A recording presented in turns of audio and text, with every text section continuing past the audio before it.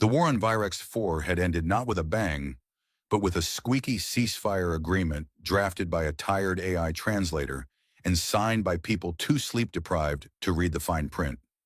Amid the collapsed ruins of an old Thalran fortress, with plasma still steaming from the cracks in the stone, the prisoner sat, back straight, arms bound, face unreadable. No one dared to look her in the eye, except to spit near her feet, and even that was considered a brave act, usually followed by a discreet look around to make sure she hadn't moved. Corporal Jace Marin didn't spit, mostly because he had poor aim and a strong dislike of mucus-based expressions of dominance.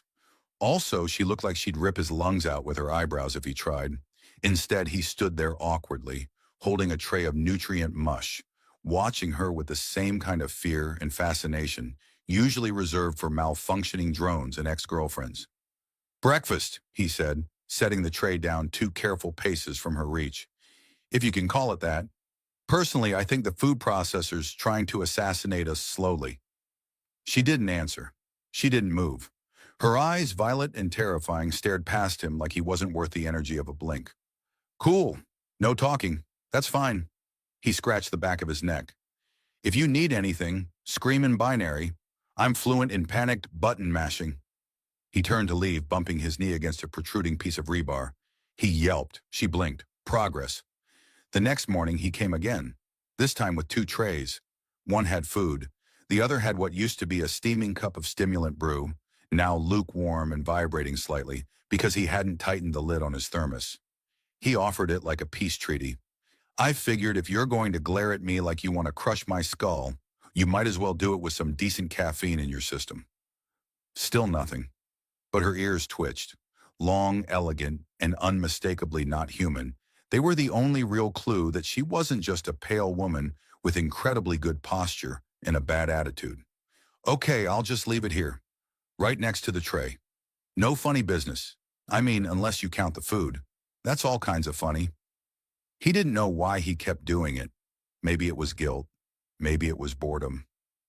Maybe it was that deep, unspoken knowledge that the chain of command wasn't always right, especially when it came with that many spreadsheets. Whatever the reason, Jace kept showing up.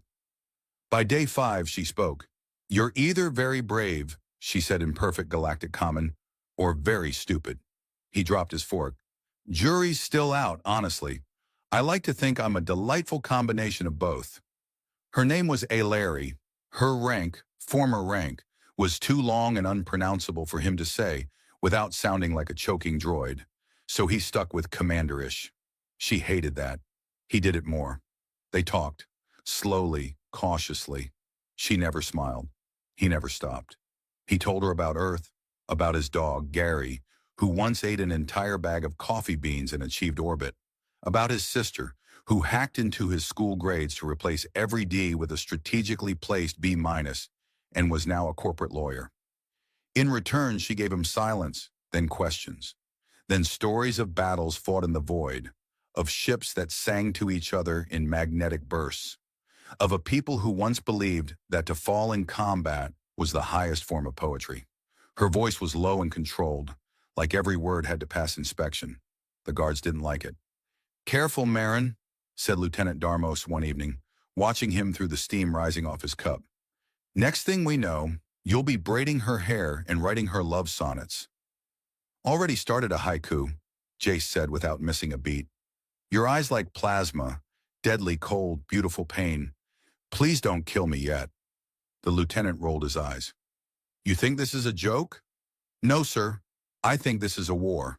And I think we've all lost a little too much of ourselves to keep pretending we're winning." Darmos grunted and left. Ilari, listening from her cell, didn't comment.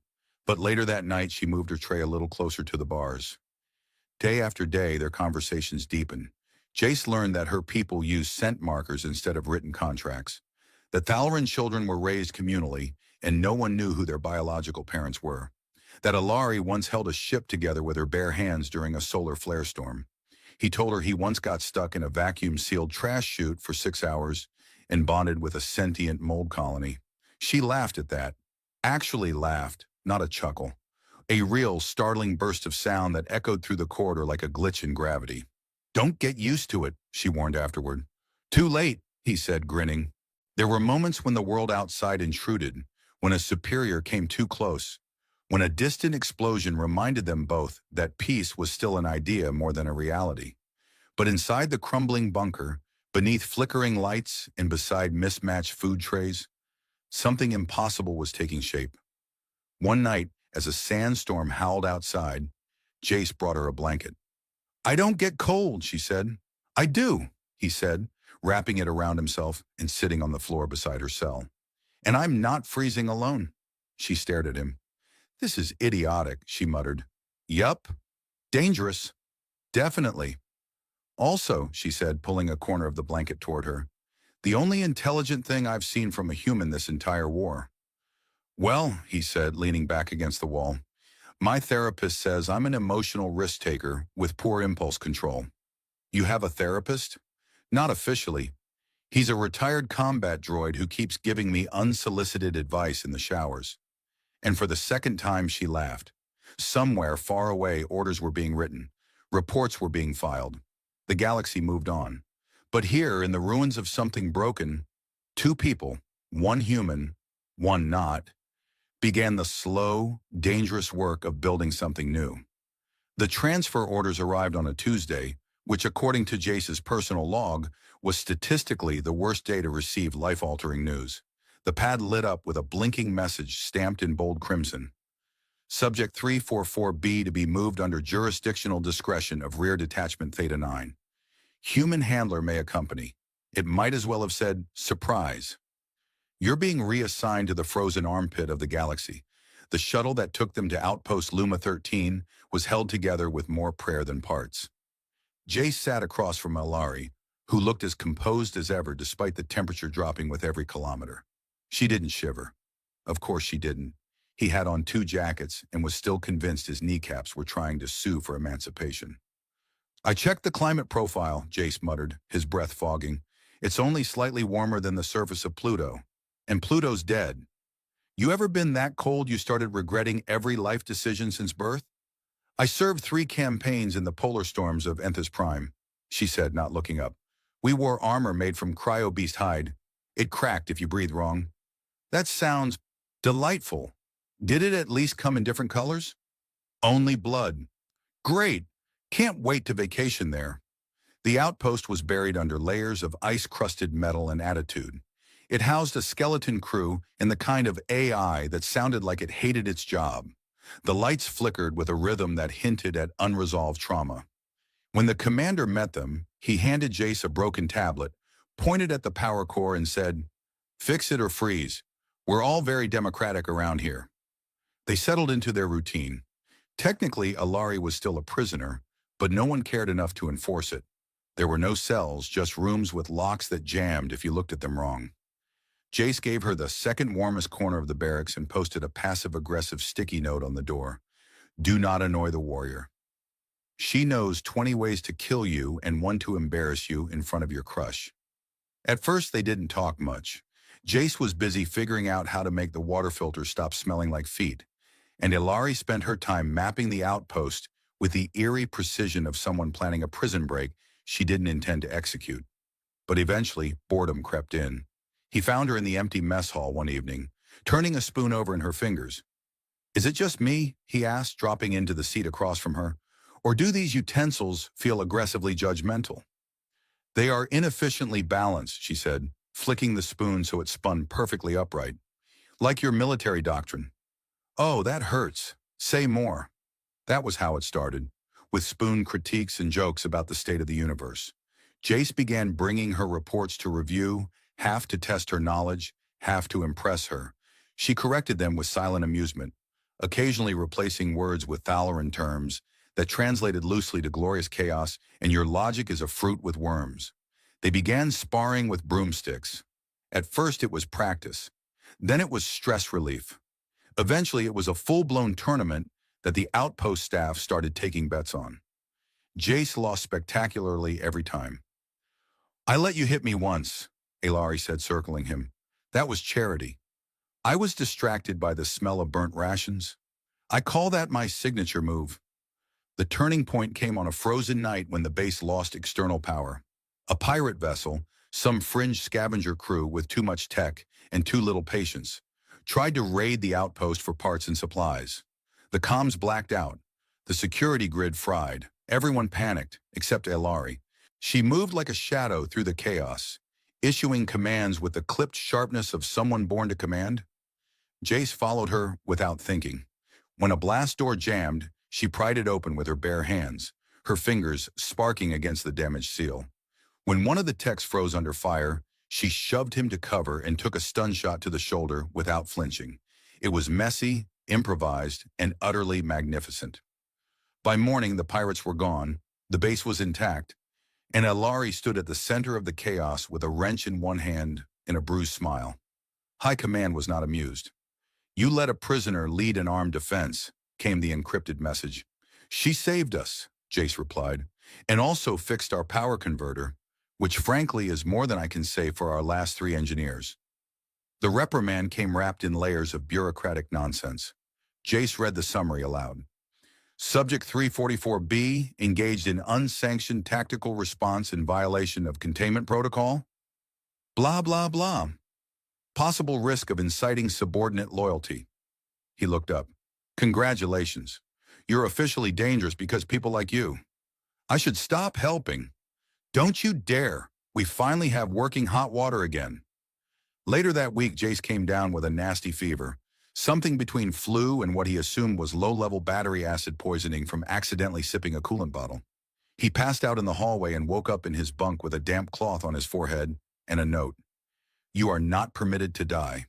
You owe me 3 sparring sessions and a rematch." "Sweet," he croaked. "You're sentimental." The note was unsigned, but the handwriting was suspiciously precise. Over time, the crew adapted. They stopped referring to Elari as the prisoner and started calling her commander, sometimes with grudging respect, sometimes with cautious affection. She helped repair their targeting systems. She taught them how to shoot from the hip using Thalran instincts. Jace watched her in those moments, not as a soldier or even a friend, but as something greater. She carried herself with a dignity that couldn't be buried under chains or frostbite. He never said it aloud, but every day he came to believe more deeply that she had never stopped being a leader. One night, while they sat watching the binary stars through the half-frozen viewport, he nudged her shoulder. "If we survive all this, you ever think of teaching?" "I teach now." "Right, but I mean like formal lectures, maybe some inspirational holotalks." "How to Be Awesome While Covered in Icy Doom" by Elari the Magnificent. She rolled her eyes. "Your jokes are a strategic liability." "And yet," he said, "you haven't killed me." Tempting, but inefficient. They fell into silence, the stars casting long shadows through the frost. Somewhere beyond the ice and the outdated comms, a galaxy still believed she was broken, useless, dangerous. But here, under the forgotten lights of a nameless moon, she was becoming something else.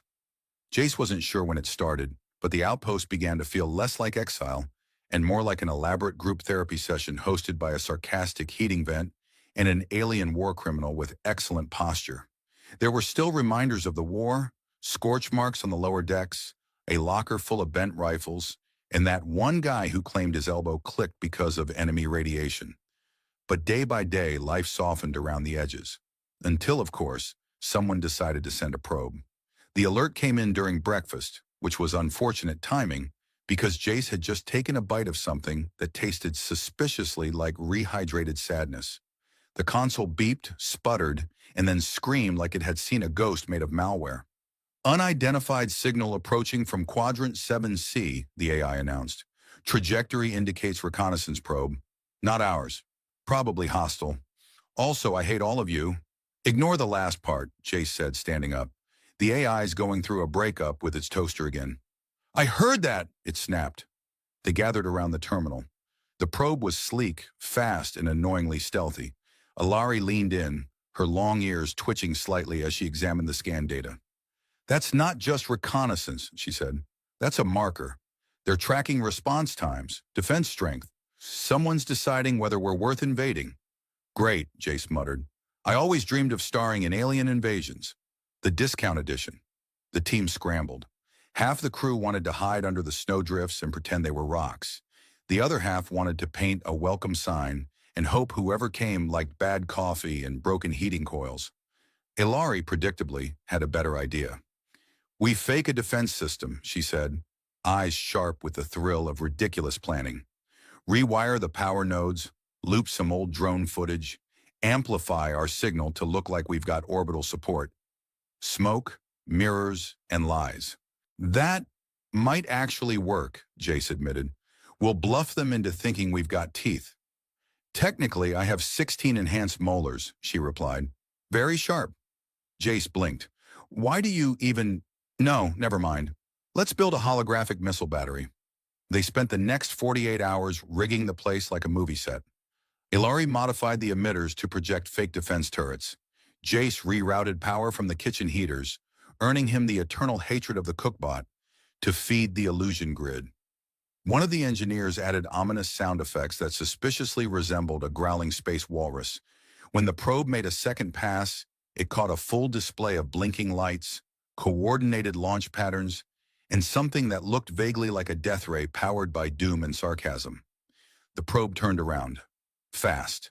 A collective cheer went up. The AI rolled its eyes digitally. "Congratulations. You scared away a camera. I hope you all feel very powerful." Ilari smirked. "Bluff successful." That night, Jace brought out a bottle of synthale that had been hidden behind a stack of expired protein cubes. They sat outside near the auxiliary antenna, the sky above sharp with cold starlight. "To faking it until the galaxy buys it," he toasted. "To convincing a probe that we're more dangerous than we are," Ilari said, touching her cup to his. "And to your strange affection for chaos." "I learned from the best." She raised an eyebrow. "Me? You taught me how to threaten people politely. It's a lost art." Their laughter faded into a comfortable silence. The stars wheeled overhead, distant and unknowable. The next morning brought a gift wrapped in bureaucratic doom, a transmission from Central Command. Jace opened it while eating a ration bar that claimed to be banana-flavored, but tasted like betrayal. "Due to recent elevated activity in your sector," he read aloud, "a diplomatic observer will be dispatched to assess protocol compliance and threat mitigation. Arrival 3 days." The room went still. Even the lights dimmed, as if the outpost itself was cringing. Ilari folded her arms. "They're sending a monitor to see if the galaxy is ending in this frozen hole?" "Worse," Jace sighed. "They're sending someone to make sure we didn't start it." They cleaned the place like guilty teenagers before a parent visit. The crew patched over holes in the wall with literal duct tape. Jace tried to reprogram the AI to sound less homicidal. It refused. "I contain multitudes," it said coldly. The observer arrived in a transport shuttle that looked like it hadn't seen joy since the last galactic tax season. Out stepped a tall, prim woman with cybernetic eyes and the patience of a cracked hourglass. "Inspector Rel," she introduced herself. "I have questions." "Yes," Jace said. "That is your right as an emotionally detached auditor of doom." "Ignore him," Ilari added dryly. "His species compensates anxiety with humor." Rel's gaze flicked to Ilari. "You're the Thalaran prisoner." "I'm many things. Also, I fixed your ship's landing gear." "Without permission?" "You're welcome." Rel's inspection lasted 27 hours. She interviewed every crew member. She reviewed footage of the fake defense system. She raised one eyebrow so many times it might have achieved orbit. At the end of her evaluation, she requested a private conversation with Ilari. Jace paced outside the command room like a man waiting for surgery results. When the door finally opened, Ilari stepped out looking completely unreadable. "Well?" Jace asked. "Did she arrest you? Recruit you? Offer you a job in her book club?"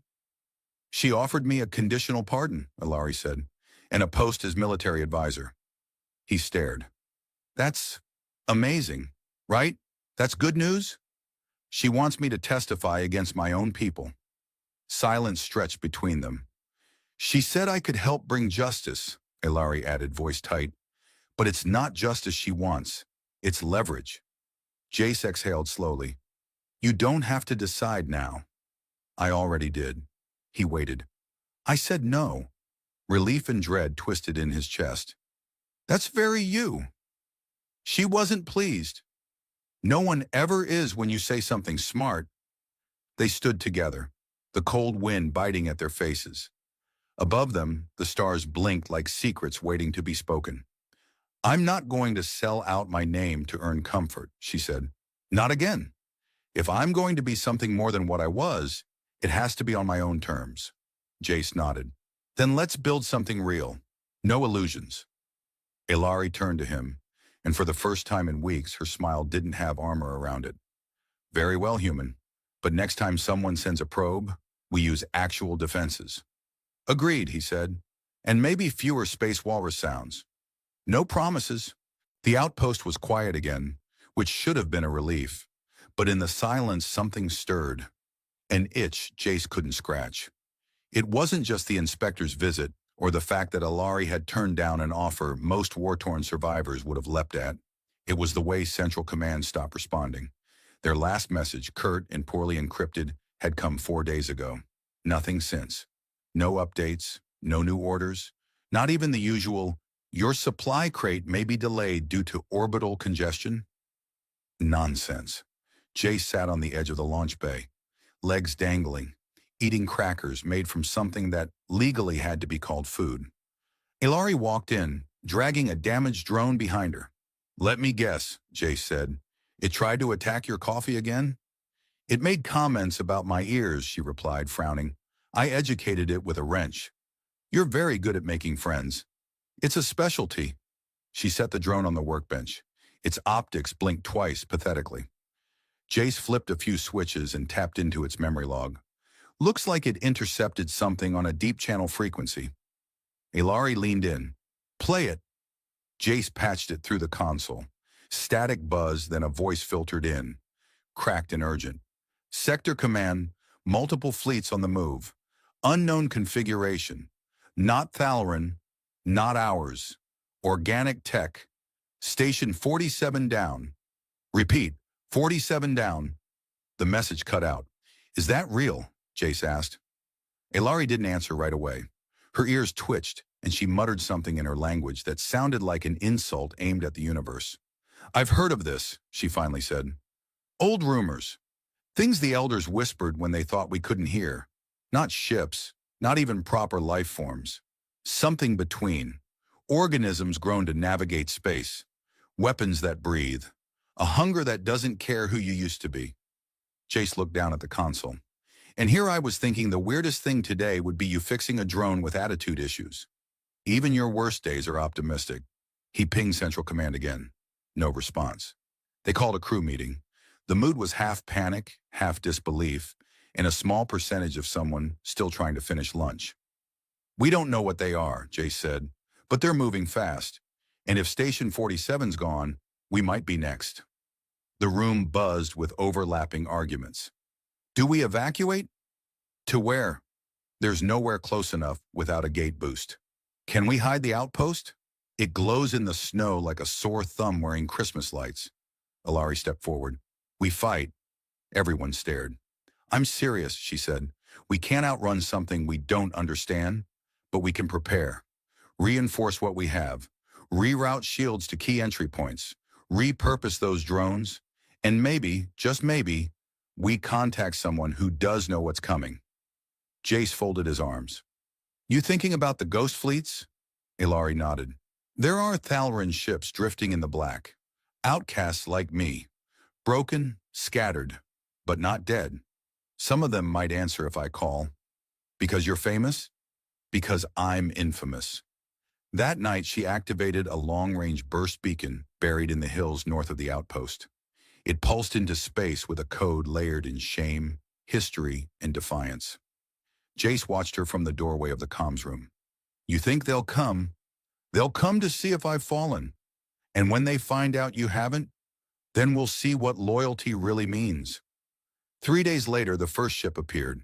Not sleek, not shining. It looked like it had been assembled from memories and spite. It landed with a screech that shook the snow loose from the roof.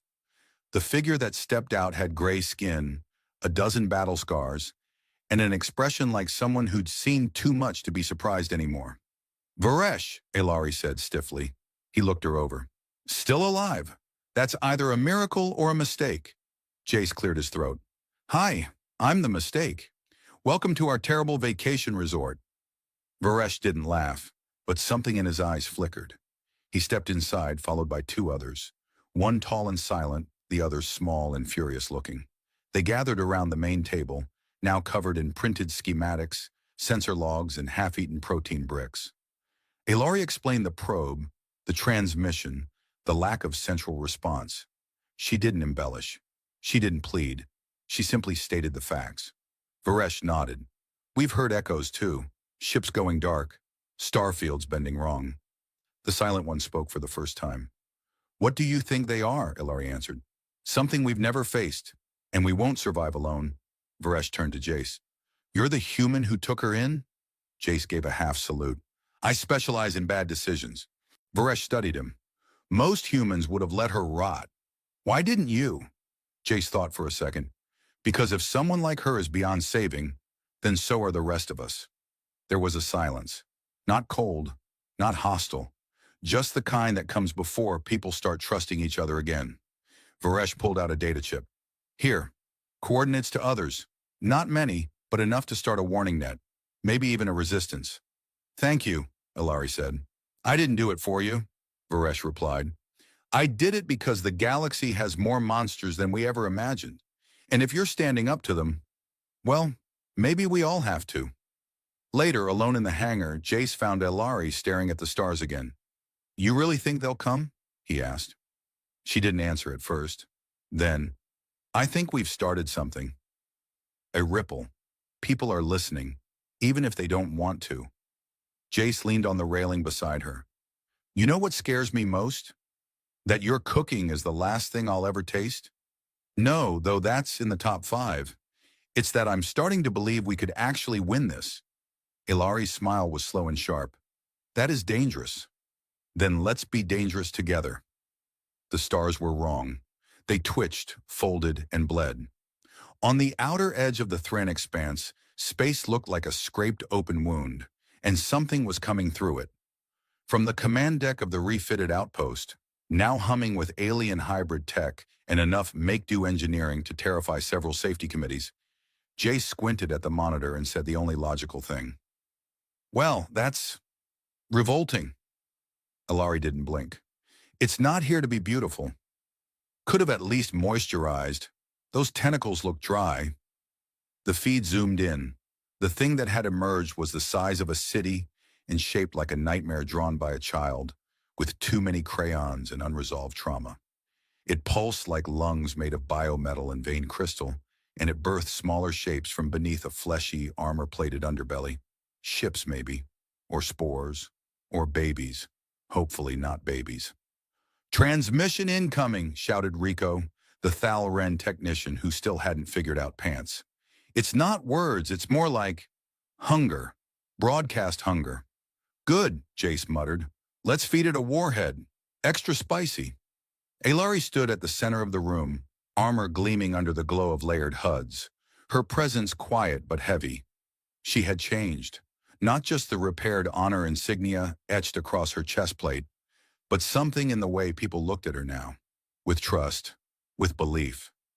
Even Varesh had saluted her before returning to rally more ghost fleets. She turned to Jace.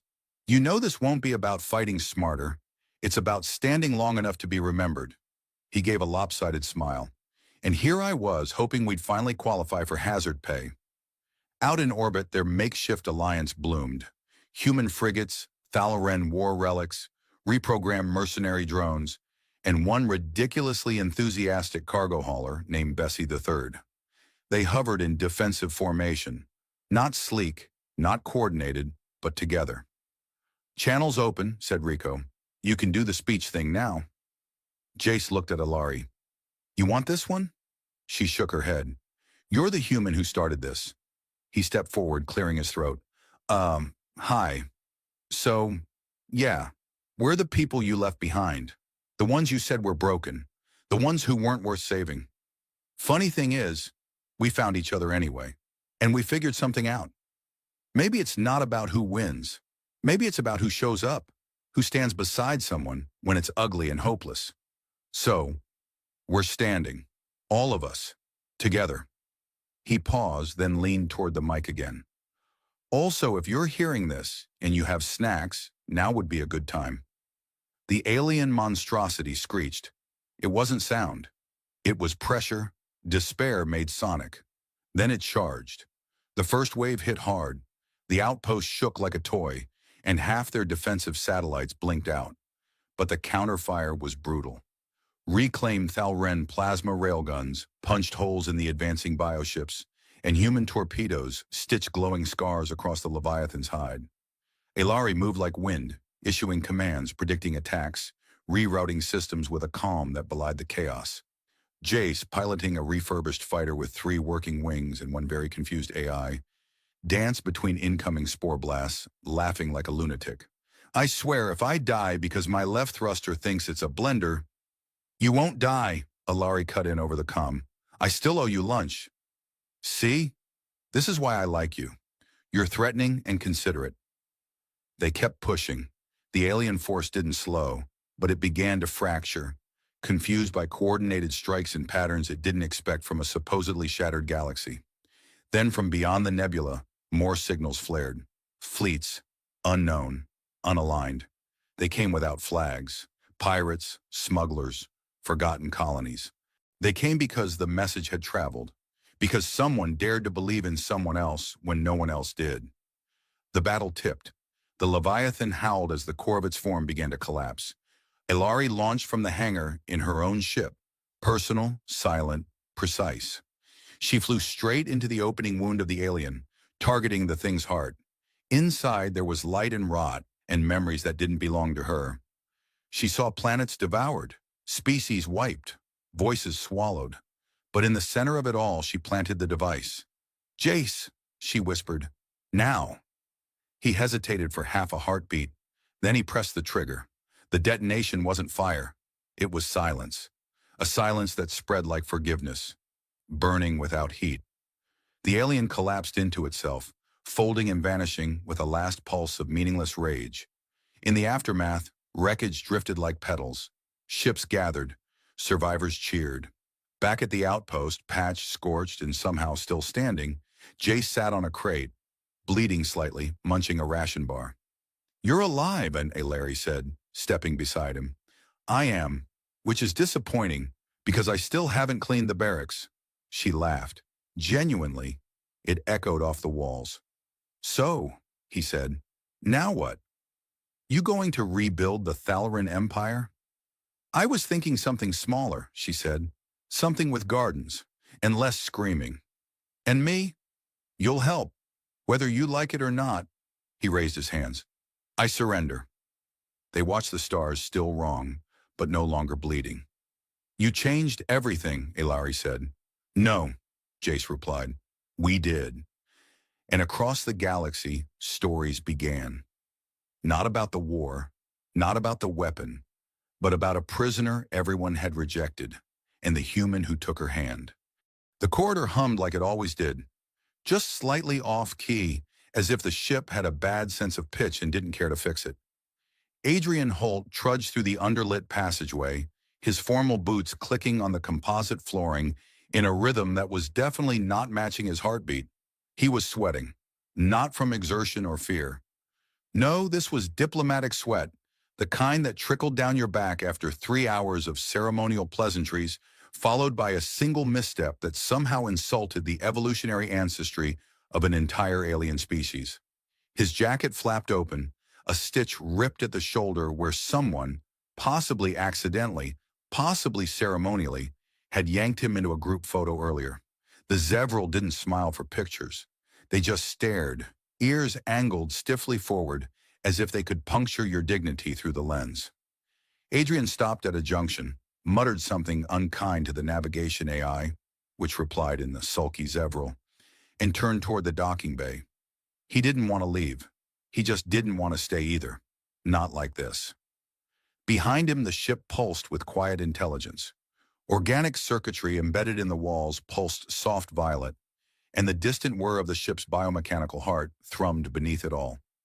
The Andari's Grace was less a ship and more a living monument to Zevral precision, complete with protein-regulating oxygen systems, mood-responsive lighting, and corridors that narrowed ever so slightly when someone was being dramatic, which Adrian absolutely was. It had started over coffee. Not a metaphorical argument brewed in slow hostility, actual coffee. Earth's most sacred ritual. He'd replicated a cup, offered it to Lady Varel in what he thought was a peace gesture. She'd sniffed it, blinked twice, and asked if this was a punishment or a test. He replied stupidly that at least Earth didn't boil root fungus and call it an awakening ceremony. She said Earth had only just learned to use vowels properly. It escalated. He tried to forget the rest of the conversation as he reached the last turn before the bay, but his brain, like most highly developed biological systems, was a jerk. It replayed her voice in perfect clarity, cool, clipped, each word like a glass ornament dangling over an abyss. Ambassador Holt, if your mission is to be misunderstood, I must concede you are a master of it. That one stung. He stepped into the docking chamber. It was empty, just the echo of his footsteps, the faint hiss of static from a maintenance panel, and the glowing ring of the airlock.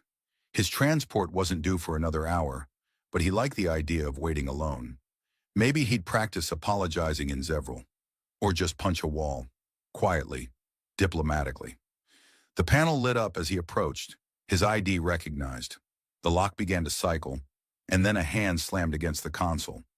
It wasn't a large hand, nor a particularly forceful one, but it stopped things, as if the airlock, the ship, even the ambient lighting decided to pause out of respect. Adrian turned. She stood there, framed in the cold glow of the panel, her uniform slightly wrinkled, an unthinkable state for a Zevral noble. Lady Varel, diplomat, linguist, occasional menace. Her long ears twitched once, as if adjusting their reception. Silver eyes locked on his. "Not now," she said. He blinked. "Excuse me? You are attempting to leave mid-cycle. That's inefficient." "I'm having a moment," he said. "This is me dramatically leaving. It's supposed to be inefficient." "You're not dramatic. You're Terran. That's not a compliment, is it?" "No," she admitted. He sighed, ran a hand through his hair, and leaned against the nearest bulkhead. "Why are you here, Varel?" She looked at him for a long moment, the way one might look at a particularly complicated riddle, or a child drawing that might be art or an exploded bird. Then, "You left the discussion." "I concluded it was not concluded." He gestured at the door. "Looks pretty concluded to me. Your facial coloration and breathing suggest unresolved emotional discord." Are you reading my face again? Can you not?" "I can, but I find it fascinating. You humans wear your pain like children wear jelly. It's everywhere." Adrian barked a laugh. "Well, thank you. That's vivid." There was a pause. Not an awkward one. Just quiet. The ship seemed to shift around them, or maybe it was just the air getting heavier. He could see she wasn't wearing her usual gauntlets. Her hands, bare, twitched slightly at her sides. "You're not actually here to stop me," he said softly. "No," she replied. "I'm here because if you leave like this, the silence you leave behind will be too loud. You could just turn down the corridor volume." She tilted her head. "That was almost a joke." "It was a joke. You're just humor resistant." "I am not," she said, bristling slightly. "I find that particular maintenance drone, H3K, extremely amusing." H3K thinks the word toaster is funny. It is. It is. Your language has 4 meanings for toast, none of which involve heat. Adrian laughed again. It was less bitter this time. He looked at her, really looked, and saw the tension she wasn't letting reach her eyes. Her ears were still. Too still. "You were hurt by what I said," he said. She hesitated. Then, "Yes. I was trying to make you laugh. You succeeded. But laughter is not always kind." He folded his arms. "You know, we could just talk, like normal people, instead of these riddles." "We are not normal people. We are the representatives of 2 fractured empires, attempting unification through a symbolic marriage," he interrupted.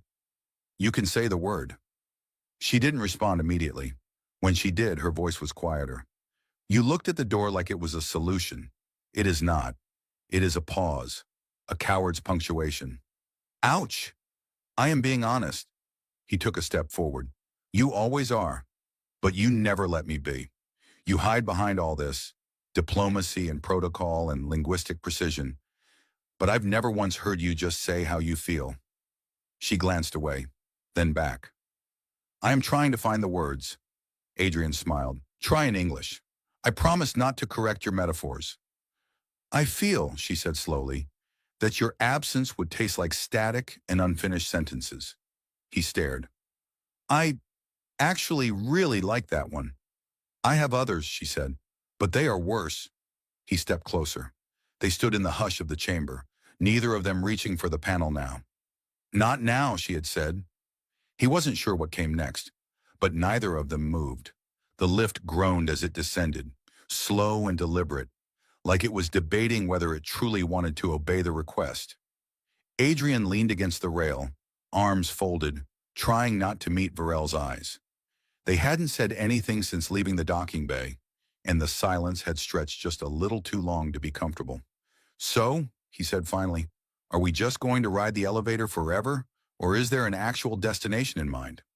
I initiated a path to engineering, Varel said, voice clipped. There is an anomaly in the core logic algorithms. It coincides with your dramatic walkout. Well, I aim to disrupt things wherever I go. I believe that, she replied. The lift gave a soft lurch, paused halfway between levels, then resumed its journey with a buzz like a flatulent mosquito. Adrian looked up at the ceiling. Is the ship okay? She is annoyed, Varel said. The Andary's Grace is semi-sentient. She has moods. Apparently she is punishing us with slow transit. Great, a moody spaceship. That's exactly what I needed today. Varel's ears twitched slightly, an involuntary flick that Adrian had learned meant she was amused, despite herself. It had taken him a week to notice it, another to confirm it wasn't an allergic reaction. Maybe she's on your side, he added. Maybe she wants me to leave. Just slower. She does not take sides. She processes data. Uh-huh. That sounds like exactly what someone with a grudge would say. The lift doors opened with a sigh, revealing a corridor that was darker than it should have been. The lights flickered in slow pulses, and the walls carried a faint hum that felt uneven. Adrian frowned. That's new. Varel's fingers danced over a wall panel. Data spilled across a translucent display, and her silver eyes scanned quickly. The logic core is cycling in non-standard intervals. Someone has accessed the root kernel and adjusted the sequence structures. In English, someone has tampered with the ship's brain. Adrian whistled. I knew this day would come. The coffee insult finally pushed someone over the edge. Be serious. I am. That stuff is powerful. You ever had a Zevril initiate try caffeine for the first time? I thought he was going to punch a hole in space-time. Varel didn't answer. Her face had gone still. Too still. He stepped closer. What is it? The command strings, she murmured. They're familiar. Familiar how? They're structured like mine. There was a pause. He blinked. You wrote this code? I wrote something similar, she said. Years ago, before the peace accords, before I was assigned to Earth's envoy. It was theoretical, an encryption cascade meant to reroute energy in the event of hull breach. This is a corrupted version. Well, someone clearly stole your homework and made a bomb out of it. It is not a bomb. It is a subroutine designed to activate under specific social and political conditions. You mean like me storming off dramatically? Yes. Oh, great. So my emotional baggage is now a ship-wide trigger. That feels healthy. She tapped a command, and a schematic of the engine core bloomed into view. A red thread pulsed through the normally green lines. If this sequence completes, she said, the ship's gravitic stabilizers will misalign. We will not explode. We will turn inside out. That sounds worse. It is. Adrian rubbed his face. Okay, what's the fix? We must override the cascade manually in the core. Right, of course, because it can never just be a switch labeled off. Varel turned, already walking. Follow me, and try not to touch anything. I resent that implication. You once activated a diplomatic distress beacon because you leaned on it. I thought it was a chair control. You summoned 14 ships. To be fair, it was a very confusing chair. They reached the engineering deck, wide, hot, and humming like a dragon's throat. Several engineers stood at their consoles, expressions unreadable, ears at sharp angles. One turned as they entered. Lady Varel, the engineer said, we've isolated the anomaly, but the code, it speaks with your syntax. I know, she said. I'll handle it. Adrian followed her to the core housing, a tall, spiraled construct of semi-living crystal and alloy, pulsing with deep light. The code sequence glimmered faintly across its surface, like tattoos on glass. I'll need your help, she said. What do I do? You hold this. She handed him a device that looked like a miniature harp crossed with a taser. I'm not musically inclined. You don't need to be. Just keep it aligned with the pulse frequencies while I reroute. He took it gingerly. If I explode, I'm haunting your quarters. I would welcome a more direct version of your presence. Wait, was that flirting or sarcasm? I'm working, she said. He grinned. The device buzzed in his hands, sending mild vibrations through his arms. She moved quickly, her fingers a blur over the interface. Code unwound, split, rejoined. Her expression was tight, focused. Then the core flared. Adrian yelped, stumbling back as light burst from the housing. Virel. Hold steady. I am, but the harp is humming something in minor key. The ship groaned. Lights flickered. The engineers shouted. Varel let out a Zevral curse that translated roughly to complication from unwelcome directions. She slammed her hand against the control node. The cascade halted. Everything went still. Adrian exhaled, slowly. That was not the worst emergency I've been part of. It will be if we do not identify the source. They stood in the afterglow of near catastrophe, breathing hard. Next time, he said, let's argue over something harmless, like socks. I do not wear socks. That explains so much. She looked at him, one ear flicking sideways. You stayed. You asked me to. I told you, not now. That was not a request. Well, he said, adjusting the collar of his singed jacket, I've always had trouble understanding your language. That is also true. A beat passed. Still, she said, thank you. He smiled. Just try not to trigger any more subroutines with my mood swings. No promises. You're limping. Adrian looked down at his leg as if surprised to see it still attached. That's because your malfunctioning harp zapper thing nearly short-circuited my femur. Varel didn't slow her pace.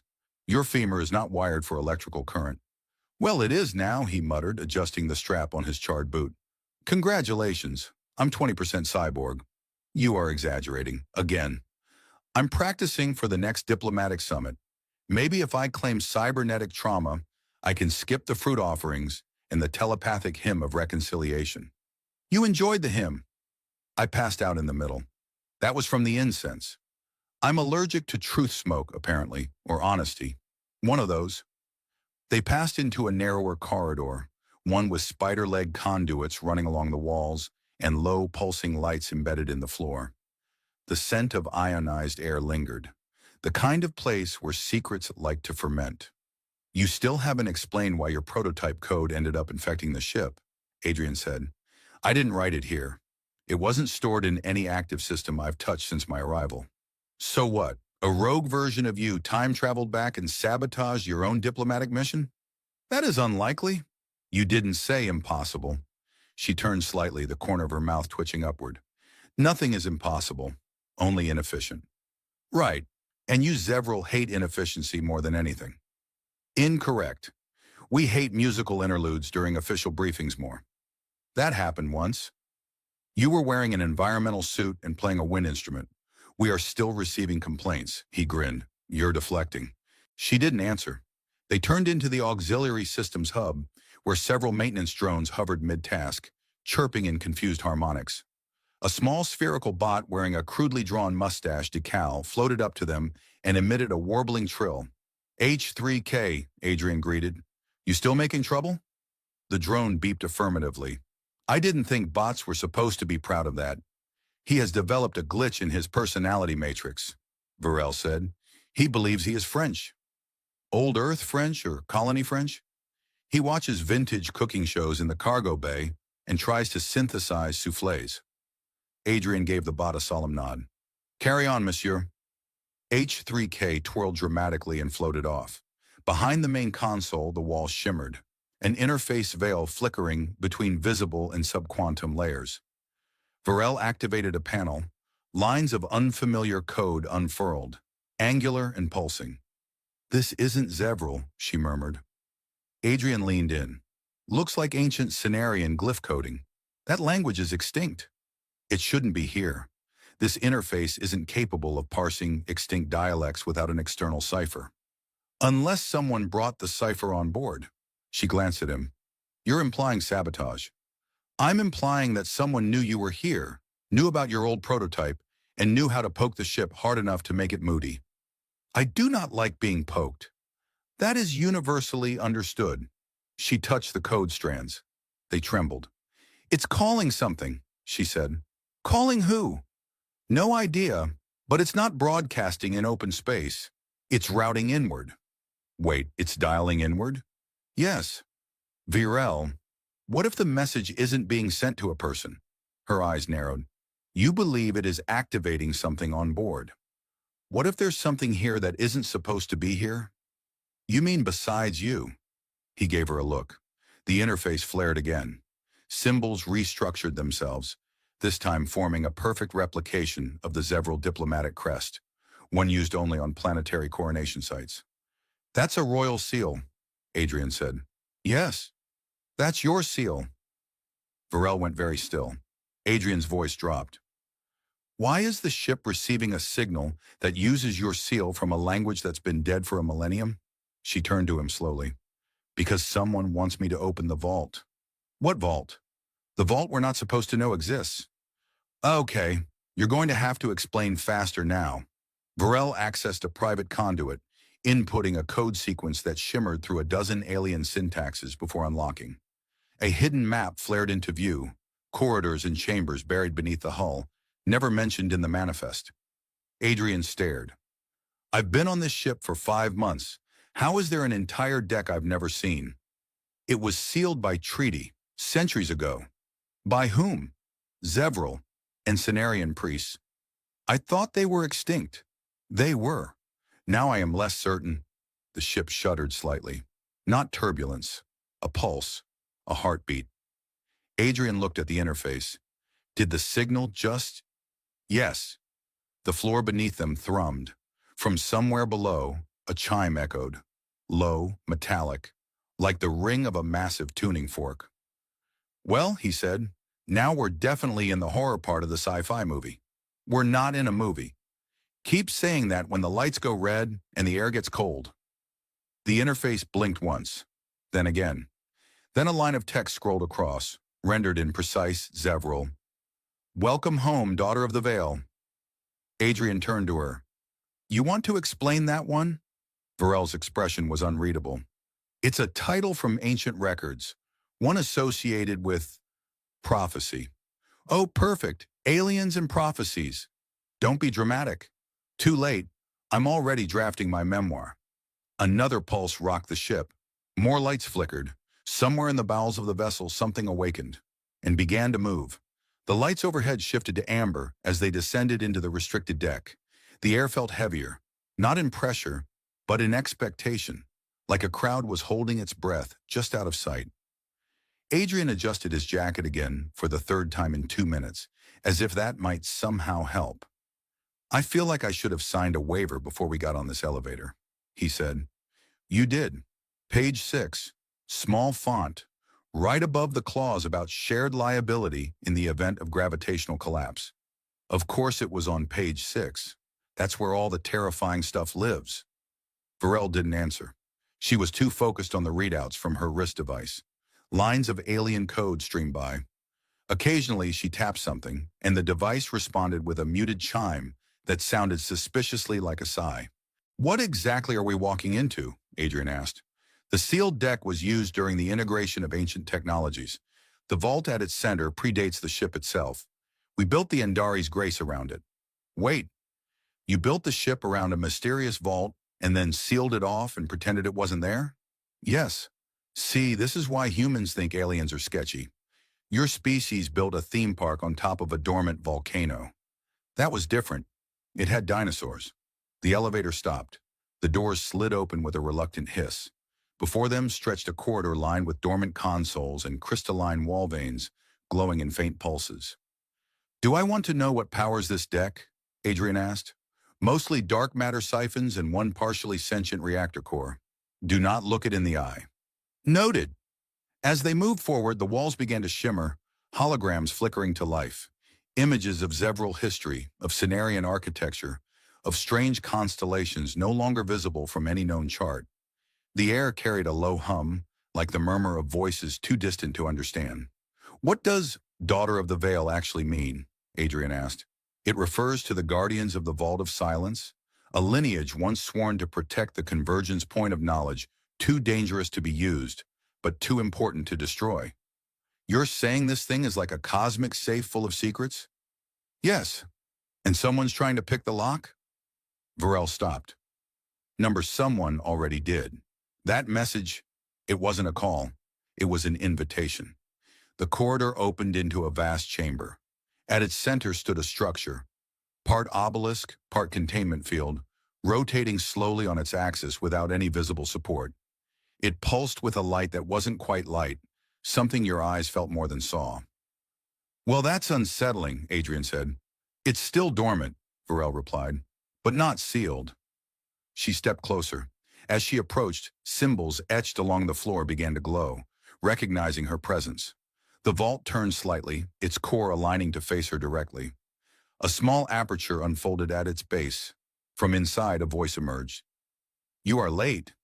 Adrian blinked. Okay, nope, that's not creepy at all. Varel did not respond.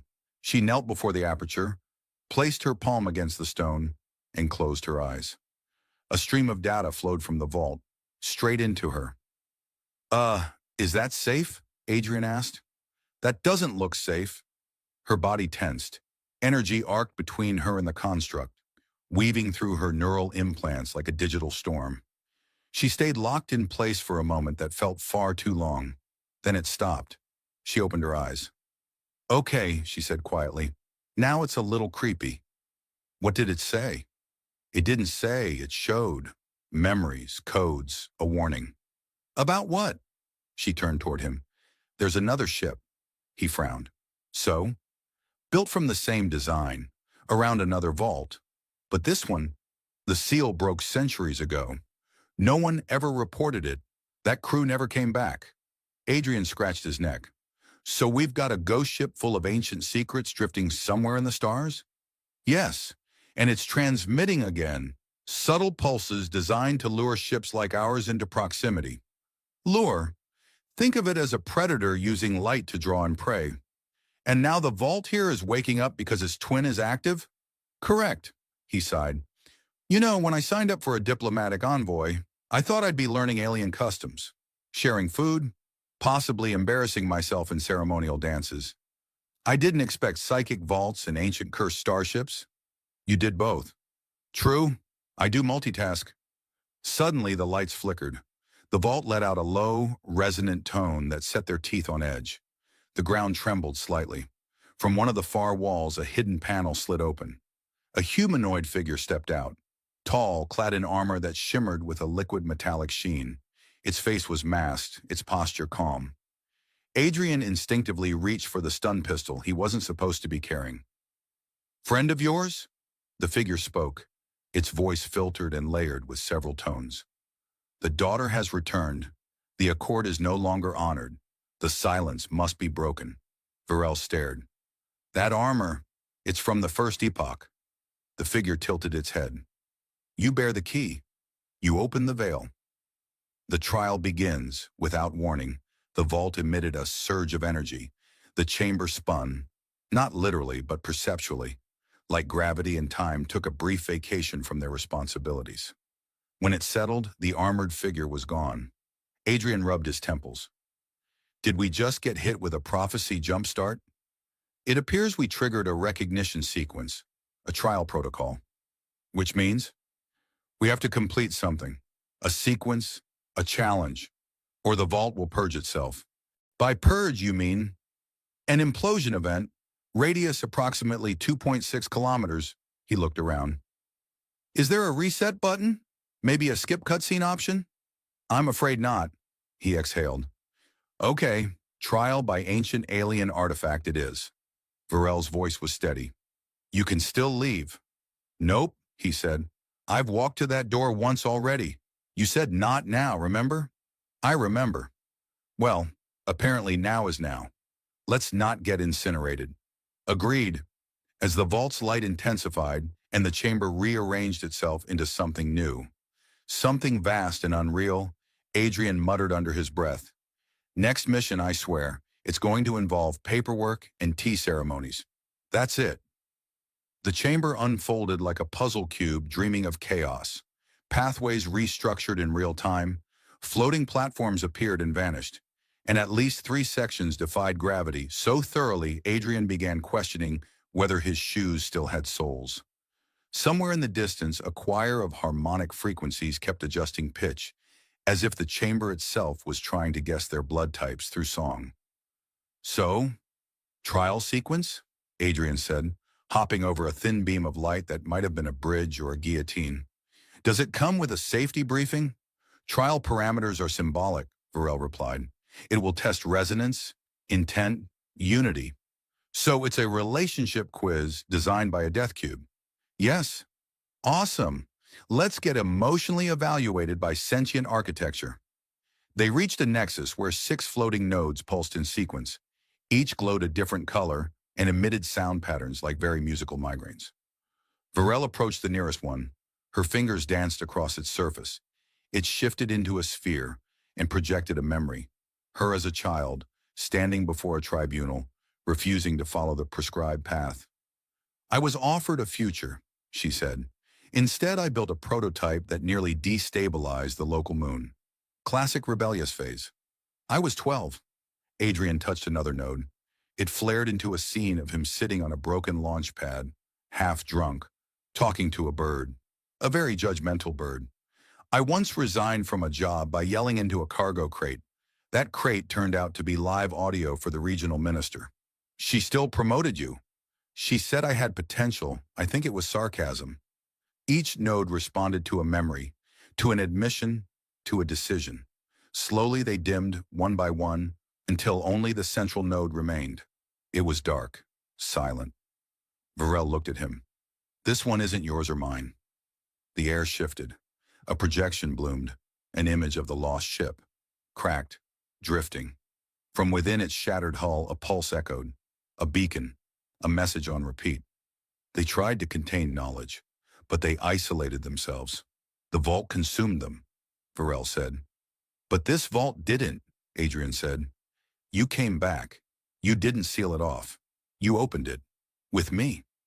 The node responded. The chamber stabilized. The gravity remembered what it was paid to do.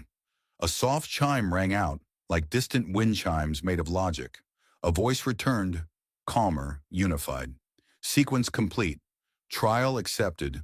Accord reestablished. The vault's surface cracked. Not a destructive rupture, more like the shell of something that had finished growing.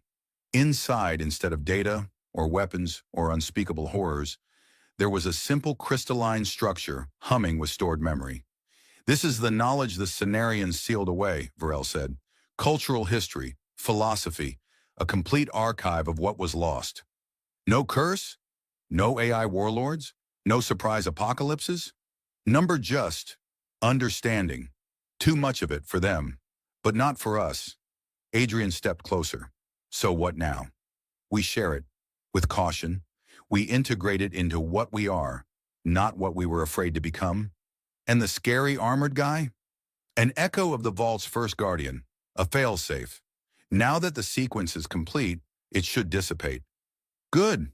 He had a very judgmental helmet. They took the archive and ascended from the hidden chamber.